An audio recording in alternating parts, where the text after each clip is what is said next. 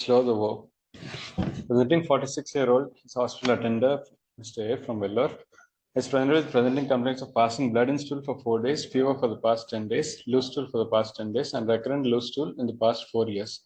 Instead of presenting complaints, his fever is high-grade intermittent associated with chills and rigors, relieved with paracetamol.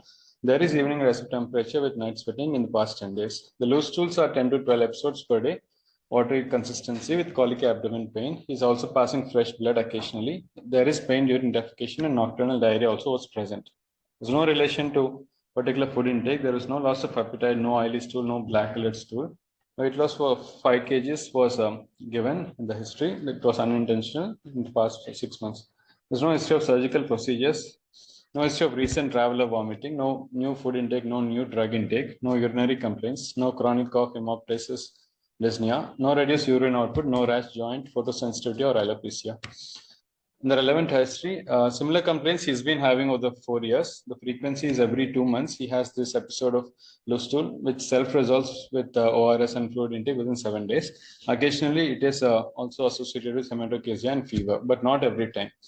Other medical history, other significant comorbidities are diabetic and dyslipidemic on oral medication for the past 15 years. There is no macrovascular event history. Personal history, he takes mixed diet, normal sleep pattern, normal urinary habits. There is no significant family history of similar illness or joint pains history.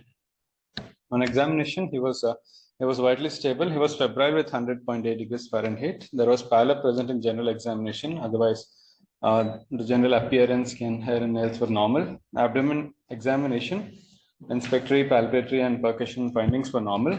And per rectum, there was fresh blood stain which was present.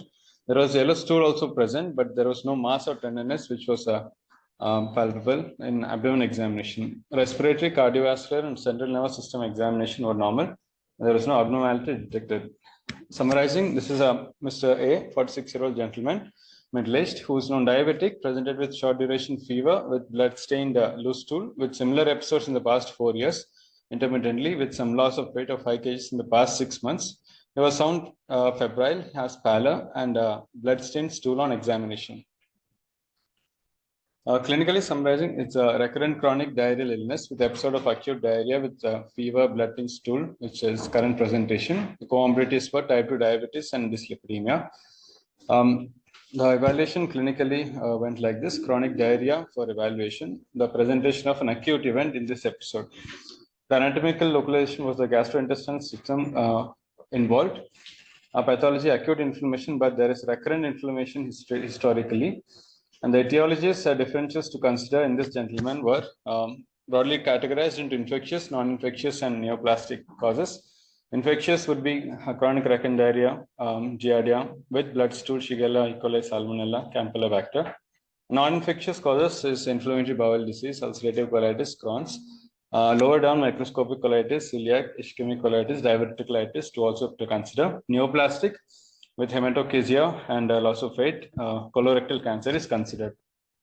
Initial blood picture, the complete blood picture was unremarkable. The counts were normal. There was no abnormality. The liver function tests were also normal. The renal function tests, electrolytes were also normal.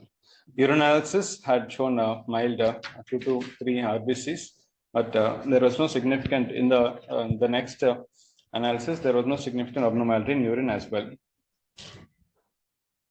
There was no significant abnormality in the initial evaluation, and so we had went ahead with the imaging with CT abdomen, and the CT abdomen had shown multiple areas of short segments of circumferential wall thickening in the distal ileum, colon, near hepatic flexure, and transverse colon, and there was mesenteric increased vascularity with few nodes are also present. Other imaging, chest X-ray, which was normal. With this image findings and with this history, colonoscopy and biopsies were warranted. The colonoscopy had shown few ulcers in the terminal ileum, about 5 to 5 millimeters. There were also deep ulcers of varying sizes present in colon, especially in the hepatic flexure region. The ulcers were confluent, but they were not completely throughout the colon. They formed a linear ulcer at the ascending colon area as well. And the further evaluation of the biopsies of the ileum and colonic ulcers showed these findings.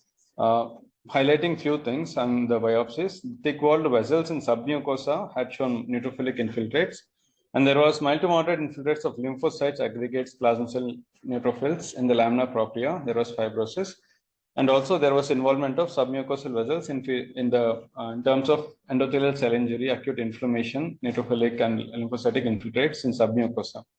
So overall impression was that there was chronic active ileocolitis, submucosal vessel involvement, fibrosis. So in the terminal ileum and rectum as well as the ascending colon region, the possibility of vasculitis was to be considered histopathologically.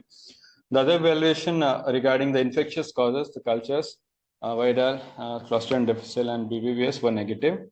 CRP was mild elevated 20. Other immunological workup for vasculitis as well as complements were normal. The ulcer biopsy tissue, again, infectious cause for these ulcers, TB, expert and midget were negative. Fecal calprotectin was elevated at 2124. With the features of vasculitis, suggestive of vasculitis in the histopathology, CT angiogram was also done. Although clinically his pulses were palpable, there was no abnormality and there was no historically also no feature suggestive of vasculitis. CT angio was done in view of vasculitis presentation in histopathology. Echo was also normal. The CT angio was also normal. After this much evaluation, the final diagnosis considered for this gentleman was probable GI vasculitis with a differential of inflammatory bowel disease. Inflammatory bowel disease was not convincingly diagnosed because there was no transmural involvement of ulcers or vessels. It was unusual, and also the vessels were also not fully invading the muscle. It was only submucosal. So there is part of vasculitic features. There is historically it looks like inflammatory bowel disease also. So this is the final diagnosis considered. He needs, and there was no improvement on initial antibiotics, which were started. Over 7 days, his fever continued to persist. His symptoms of loose stool continued to persist. After this much evaluation, he was started on steroids, after which he became afebrile and his symptoms subsided. He responded with 1 mg per kg steroids. The plan was to keep under follow-up and to look for any other features he develops later on. Just want to mention a few things about vasculitis and GI involvement. A few slides. The classification in 2012 classification is like this: primary systemic vasculitis and secondary vasculitis. Primary, as we know, large vessel. There is medium vessel, small vessel, variable vessel, and single organ vasculitis. In the large vessel comes Takayasu giant cell. Medium vessel is polyarteritis and Kawasaki. Small vessel has again divided into ANCA versus immune complex. Variable vessel has Behçet's and Kogan syndrome. Single organ is CNS primary, cutaneous leukocytoclastic, and isolated aortitis. Secondary would be secondary to rheumatoid arthritis, hepatitis C, hepatitis B, sarcoid, those etiologies to be considered. In the vasculitis GI presentations, when we look at what's the most common presentations of the vasculitis with gastrointestinal, Takayasu's arthritis and giant cell, which are large vessels. Takayasu presents with abdominal bruit, but this gentleman did not have those features. And later on, it can present with diffuse long segment gastrointestinal tract ischemia. They present with frank mesenteric ischemic features, abdomen, acute abdomen, as well as vomiting, and needs prompt also maybe surgical intervention as well. In the giant cell arthritis, they predominantly present with headache and jaw claudication. So the gastrointestinal features which could suggest this is that mild elevated alkaline phosphatase and transaminase level could help us to think in terms of giant cell, because there is mild involvement of liver in giant cell. Mesenteric ischemia is seen rarely. In the medium vessels, polyarteritis nodosa and Kawasaki's, polyarteritis nodosa predominantly present with abdomen pain, recurrent abdomen pain. And then in the imaging, we will be able to find saccular or fusiform microaneurysms in renal, hepatic, mesenteric arteries, which was not there in this gentleman. And Kawasaki's disease in the GI manifestations will present with the gallbladder mucocele as a most common presentation. In the small vessels, ANCA, IgA, cryoglobulinic, Behçet's. ANCA is associated vasculitis. We see other organ involvement much commonly, and then there is gastrointestinal as well. Here we see infarction, ischemia, perforations. In GPA and EGPA, they can present with large bowel ulcerations. This is one differential which can consider, but the histopathology and the ANCAs were negative in this gentleman. GPS pancreatic granulomatous lesions as well. IgA vasculitis, which is palpable purpura in the lower limbs with IgA deposition, which was not there in this gentleman. Cryoglobulinic Behçet's for other differentials. Behçet's is a possibility because it presents with oral aphthous ulcers and gastrointestinal ulcers, can present with CNS manifestations and Budd-Chiari as well. But this gentleman did not have the other features like oral ulcers, CNS manifestations. So key points to note is that gastrointestinal manifestations are not very common in vasculitis, but they can occur and escalate rapidly. Large vessel is more in large vessel vasculitis is very rare. Small vessel and medium vessel can present a little more common than large vessel. And liver involvement can be there, but it is rarely, and it can present with Budd-Chiari and infrequent infarcts as well. Prompt treatment is warranted in this people. Close monitoring is necessary if only single organ GI vasculitis is involved, because it is rare that only GI is involved. There can be involvement of other organs as well. The other mimics which we can consider as these as follows, but this gentleman did not have features of this such as infection, endocarditis, atherosclerosis, fibromuscular dysplasia, hypercoagulable states. There was no evidence for this. Other close mimics to consider this patient or people with GI vasculitis, mesenteric ischemia. He did not have any elevated lactates, and the angiogram was normal. IBD is close differential. ANCA-associated vasculitis initially can present with IBD presentation, Behçet's also. And in EGPA, they can present with hypereosinophilic syndrome as well, which is not there here. IgG4 is a rare possibility, which can also be considered in if there is a associated aortitis, periaortitis. And in smokers, especially thromboangiitis obliterans could also be considered, which affects small and medium vessel arteries. Thank you. Thank you, Pranuth. Any questions from the audience?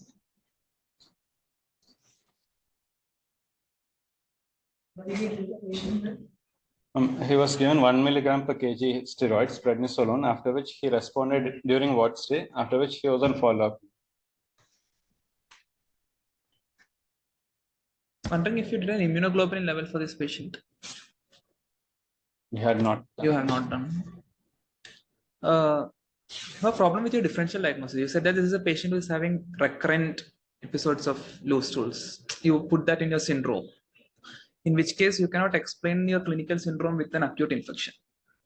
There is acute shigellosis will not explain the recurrent episodes of loose stools unless you are saying the patient is predisposed to get multiple episodes of gastroenteritis. What vasculitis do you think this is, if at all it is vasculitis? Behçet's is a possibility, and small vessel, right? Small vessel. So I would have also done an immunoglobulin A levels to see if it is very high, because it need not be high in an HSP. But did you evaluate for Behçet's also? We had not. Not it. No other immunosuppressants were started. So tapering doses only steroids, and later on plan to start second line late after steroids. Cryoglobulin levels? We had not.